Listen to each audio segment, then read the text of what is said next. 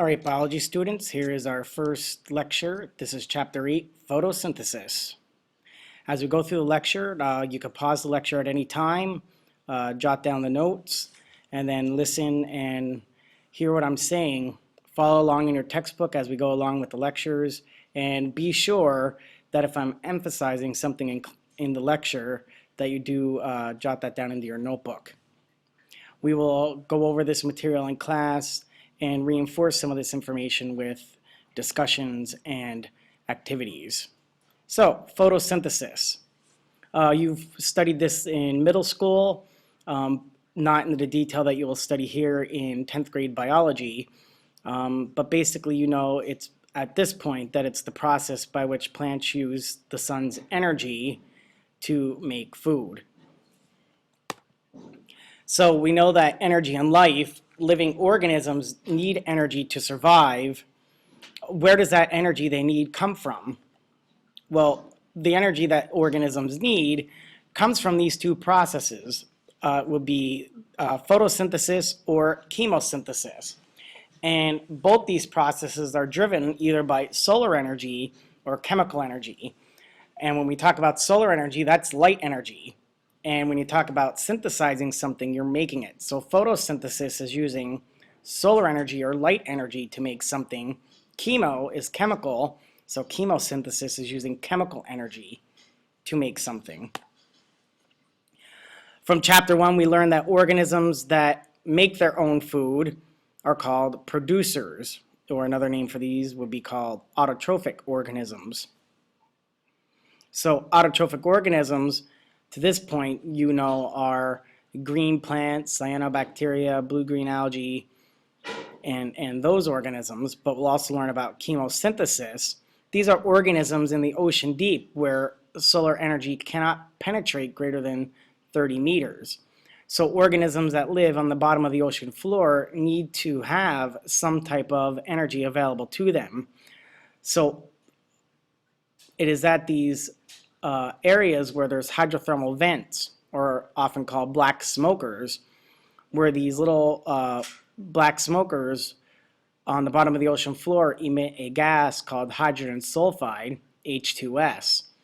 And around these vents, there are purple sulfurous bacteria, and they'll harness that chemical energy to make that sugar product. So these purple sulfurous bacteria will then be eaten by other smaller organisms such as tube worms that live around these hydrothermal vents. And I'll show a little video clip of those in class. But our big focus in this chapter is not chemosynthesis, it is indeed photosynthesis. So we're going to look at the process of how organisms harness that solar energy and make a sugar product. So producers are organisms that make their own food, and producers are also called autotrophs. And photosynthesis is the process by which cells use light energy to make organic compounds from inorganic materials. So we're going to make that organic compound, which is that carbohydrate, that sugar molecule, from inorganic compounds, those non-carbon based compounds, such as carbon dioxide and water. Photosynthetic producers use less than 3% of the sun's energy. The energy harvested for photosynthesis is the energy needed for survival of all other organisms on our planet. So this has a huge ecological perspective when we look at things, because without photosynthetic organisms, we would not exist. Heterotrophic organisms would not exist.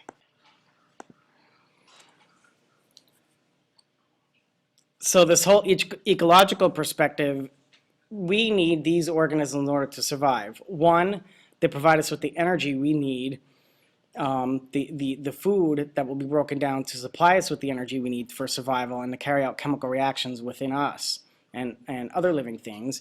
And two, they do generate oxygen gas for our atmosphere, which is needed.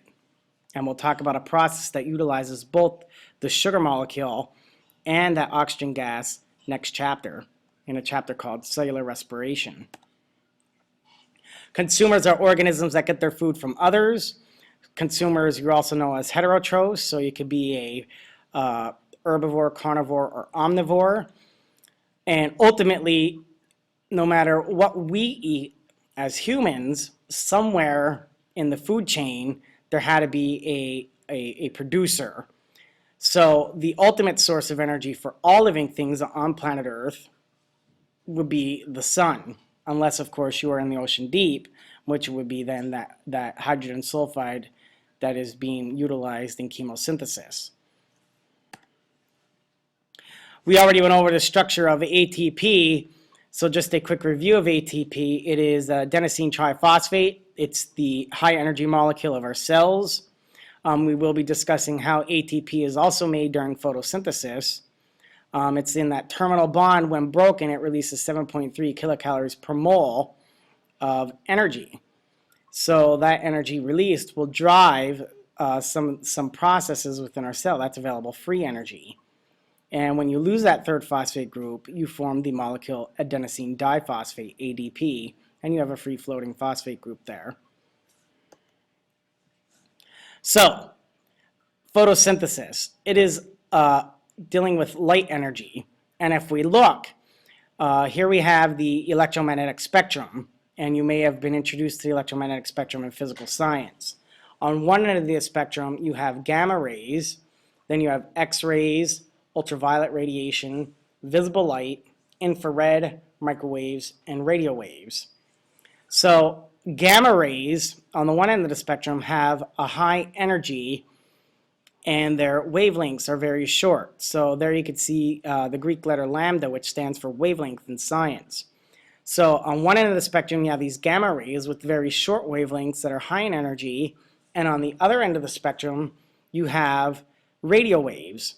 And radio waves have a lot longer wavelengths and they have much lower energy, which makes a lot of sense. So you think on one end gamma rays, short wavelengths, high energy. On the other end radio waves, you have long wavelengths, lower energy. And think of radio towers like T102, they use radio waves to transmit their signal to our radios so we can listen to their music.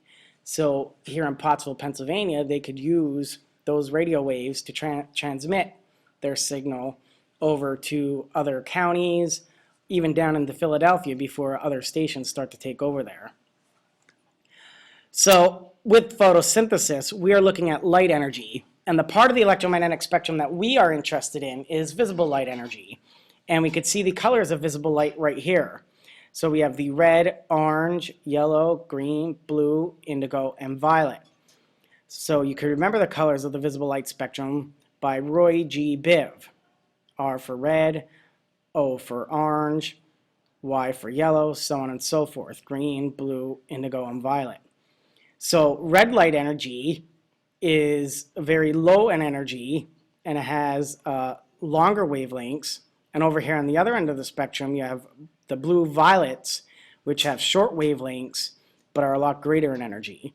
So it's this visible light energy that the chloroplast, since that is our organelle of interest here because that's where photosynthesis occurs, it's this visible light spectrum where the chloroplasts are going to harness that solar energy and use that energy to drive the process of photosynthesis. And we will discuss that in class. When we talk about the small units of light energy that are coming in and being absorbed by the chloroplast, we will call them photons. So these are small discrete packages of light energy. That's a photon. So it's these colors of light that are going to be used. Now what's going to trap these light energies is pigments. And we did the pigment chromatography lab, and we'll look at what these pigments do as far as driving the process of photosynthesis. So lights and pigments. Basically, plants absorb the sun's energy with light absorbing molecules. That's essentially what a pigment is. And there are several types of pigments. You have the chlorophyll A, chlorophyll B, carotenes, xanthophylls, and carotenoids. So chlorophyll A and chlorophyll B is chlorophyll already is the green pigment of plants. Chlorophyll A gives you that blue-green color. Chlorophyll B is a yellow-green. Now, carotenoids are colors red, orange, and yellow. And carotenoids, you could have carotenes, which are specifically red. You could have xanthophylls, which is your yellow pigment that will absorb. And you have betalains, they're another type of pigment, they'll absorb purple light. So these pigments are the light absorbing molecules that are going to absorb light energy. Now chlorophyll A is the primary photosynthetic pigment. The other pigments are called accessory pigments, and these pigments help absorb the other wavelengths of light energy as to not destroy the chlorophyll in the thylakoid of the chloroplast. And if we look at our typical leaf structure, so here is the structure of a typical leaf. We have our layers of that leaf. The very top layer is the cuticle. That is a fatty waxy layer. Then we have the lower epidermis, and then we have the mesophyll tissue, and meso means in between. So the mesophyll tissue is the tissue that's found between the upper and the lower epidermis, which is lower epidermis here, upper epidermis is right here. There are two types of mesophyll tissue. You have the palisade mesophyll tissue, and you have the spongy mesophyll tissue. The palisade mesophyll tissue is tightly packed columnar cells that are perpendicular to the upper epidermis. They're called parenchyma cells. The palisade mesophyll has a greater abundance of chloroplast than for, say, the spongy mesophyll. The spongy mesophyll is not tightly packed because of air spaces. And if you look, you need gas exchange to occur within the leaf because you need carbon dioxide gas to come in and you need oxygen gas to be released. And that gas exchange occurs through special openings in the lower epidermis of the leaf called the stoma. And the stoma are controlled, that opening in the lower epidermis of the leaf is controlled by two specialized cells in the lower epidermis called guard cells. So these guard cells control the opening and closing of stoma. When the stoma are open, that will allow for gas exchange. So we have exchanges of three gases: carbon dioxide, oxygen, and water vapor. In addition to that, you have the leaf vein. And the leaf vein is surrounded by a bundle sheath, and you have two types of conducting tissues in there. You have the xylem tissue and the phloem tissue. The xylem tissue is going to transport water in the plant. The phloem tissue will transport food in the plant.